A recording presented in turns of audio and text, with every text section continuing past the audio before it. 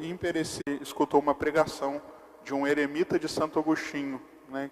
Os eremitas de Santo Agostinho são uma ordem religiosa que se baseiam em Santo Agostinho para a sua vida. E lá, nessa pregação, ele sentiu o chamado, a vocação para entrar nessa congregação, nessa ordem, e ele entrou, né? Foi para um convento. Lá nesse convento, ele teve uma visão onde Deus o mandava ir para outra cidade chamada Tolentino. Então ele vai para essa outra cidade. Nessa cidade ele gastou, né, toda a sua vida, seus últimos anos, trabalhando pelas almas. Essa cidade era uma cidade onde estava acontecendo uma guerra civil, porque na Idade Média havia na Itália uma separação entre dois grandes grupos políticos, os guelfos e os gibelinos. E a briga era muito feia, era a ponto de ter guerra civil mesmo, um matar o outro. E muitos santos trabalharam para pacificar, né, essa briga ali na Itália. E um desses santos foi São Nicolau, que ali na sua cidade tentou pacificar.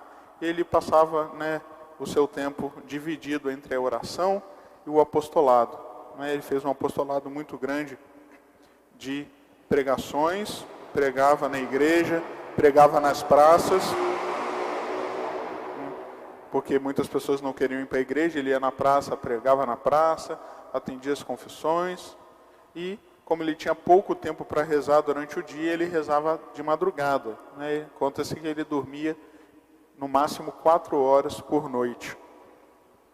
E uma das coisas, né, interessantes da vida dele são 2 aparições de Nossa Senhora.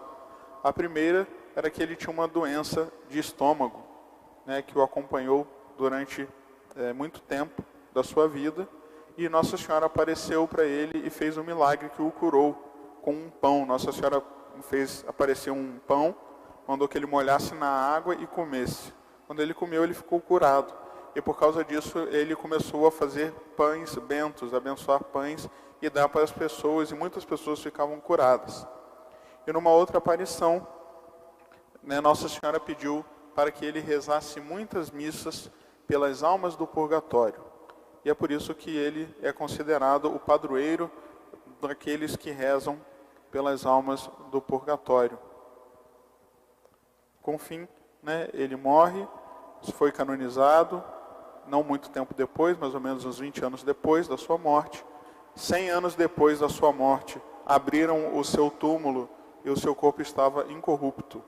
Na sua canonização foram contados 301 milagres comprovados. Né? Um santo de muitos milagres. E ele nos lembra hoje de forma especial a importância de nós rezarmos pelas almas do purgatório. Como a gente sabe, nós somos seres racionais, nossas ações têm consequências. Nós temos responsabilidade. Aquilo que a gente faz quando é coisas boas, nossa responsabilidade se transforma em mérito.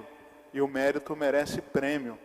Mas quando as coisas que nós fazemos são coisas ruins, nós transformamos nossa responsabilidade em culpa. E culpa merece castigo. Assim, todos os nossos pecados carregam consigo culpa e castigo, punição. Quando a gente se confessa, nós recebemos o perdão da culpa e de uma parte do castigo. Mas o resto do castigo, o resto da pena, tem que ser pagada na penitência. E aquelas pessoas que não conseguem pagar na penitência tudo o que devem, vão para o purgatório. O purgatório é uma verdade da nossa fé. O purgatório era aquele lugar para onde vão as almas que, embora não tenham mais culpa de nenhum pecado mortal, porque se confessaram, se arrependeram, ainda não pagaram a pena devida, o castigo. Né? Como uma pessoa que comete um crime, que se arrepende, mas ainda assim tem que ser presa, porque não basta se arrepender.